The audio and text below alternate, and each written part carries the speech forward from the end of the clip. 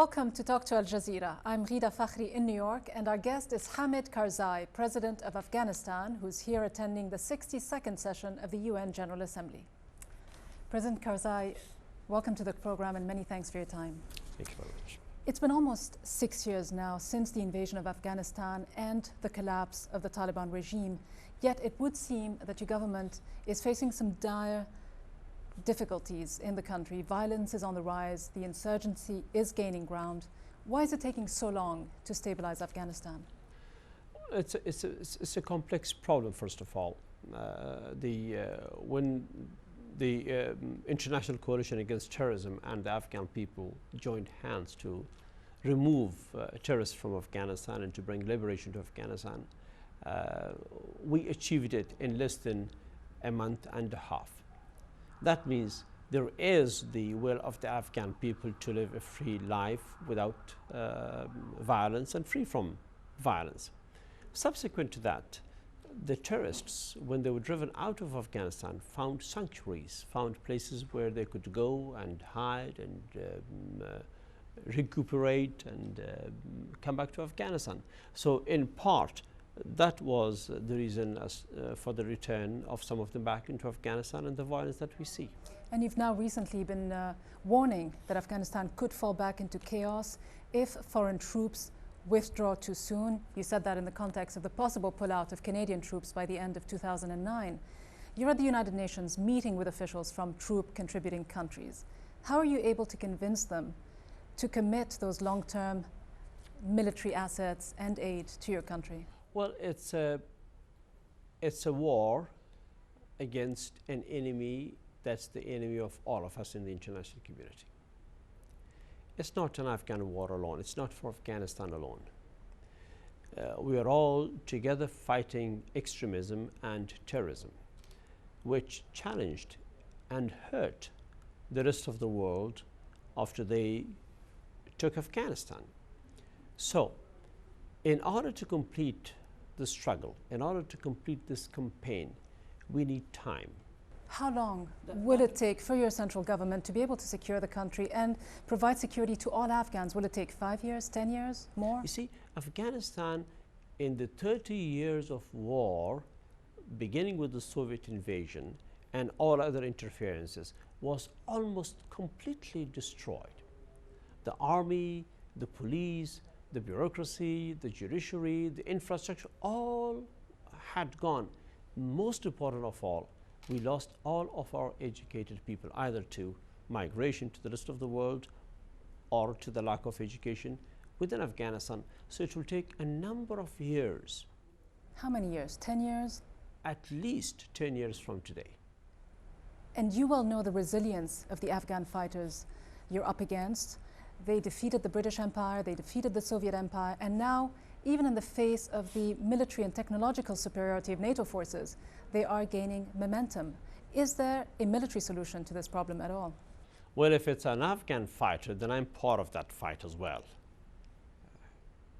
We defeated the Soviets, we defeated the British Empire, yes, the Afghans defeated that. This time it's not an Afghan fighter, it's a foreign fighter, foreign-backed element.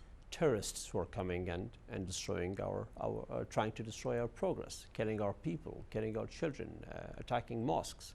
So these people, the terrorists that are coming to Afghanistan trying to hurt us, we will fight them, and we have defeated them. It will take some time to eliminate them. You mentioned foreign terrorists, but do you also refer to the Taliban when you speak of enemies of Afghanistan? And are they the enemies of Afghanistan or the enemy of the government? Those of the Taliban, Afghan Taliban, who are part of Al-Qaeda or any other terrorist network or are at the pay of some foreign master, they are no doubt the enemies of Afghanistan. But those of the Taliban who are not, who have run away for this reason or that, they are Afghans, they are the sons of the Afghan soil, they are welcome back to Afghanistan, and we are constantly working to bring them back and to embracing them again in Afghanistan. Which foreign governments are you suggesting are aiding the insurgents? I'm not going to mention any particular government or country. I will just say that the extremists in Afghanistan had backers from outside, and that's why the international community came to Afghanistan to fight together with us and to defeat them. And let's hope that those backers will not be there anymore. Now, the government of Afghanistan is clearly faced with a well-organized insurgency, which, in spite of, some would say because of the presence of foreign troops, is gaining ground in the country. Do you accept that? No. No. Had there been reason within Afghanistan against foreign troops, we would have not accepted them in the first place. But some accuse you of being stooges of the US, of the West, because of accepting this number of foreign troops in the country, about 50,000 of them. Look, we were a country occupied by terrorist networks and their backers. They were destroying our lives on a daily basis. They were destroying vineyards. They were destroying mosques. They were completely preventing life from progressing in Afghanistan. And the rest of the world came when the rest of the world was challenged from Afghanistan, when the Twin Towers were hit from Afghanistan. Then the rest of the world came, first of all, to fight terrorism.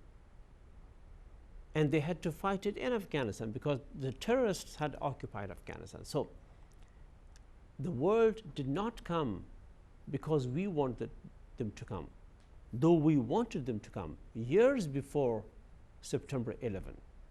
Afghanistan knew that we would not be able to free ourselves from the grips of terrorists without the help of the international community. Looking at the situation today, it is far from safe or secure. Do you think that the time has come to engage in serious discussions with the Taliban, who after all are an integral part of Afghan society? Yes, the ones that I described earlier. The Afghan Taliban. Definitely, they're part of our country, part of our life. They're welcome, and we are in a process of trying to bring them back to Afghanistan. There is a reconciliation process going on, definitely. So what will it take for you to sit down and seriously engage in discussions with them? You have said that you're open to talks with them. We are open to talks with them. We have been talking to them in the form of the reconciliation process that we have with them. We are trying to arrange an environment for those Taliban who have run away from Afghanistan who are fighting in Afghanistan because they were afraid to stay in Afghanistan because of the excesses by the Afghan government or because of the use of force by the coalition forces. We're trying to resolve those issues, and thousands of Taliban have already come back to Afghanistan. Thousands and thousands are already staying in their villages. They have never moved out of Afghanistan. So this process will go on. It's very important, and we must arrange to have them back in the country. The UN today estimates that over 90% of the world's opiates come from within Afghanistan.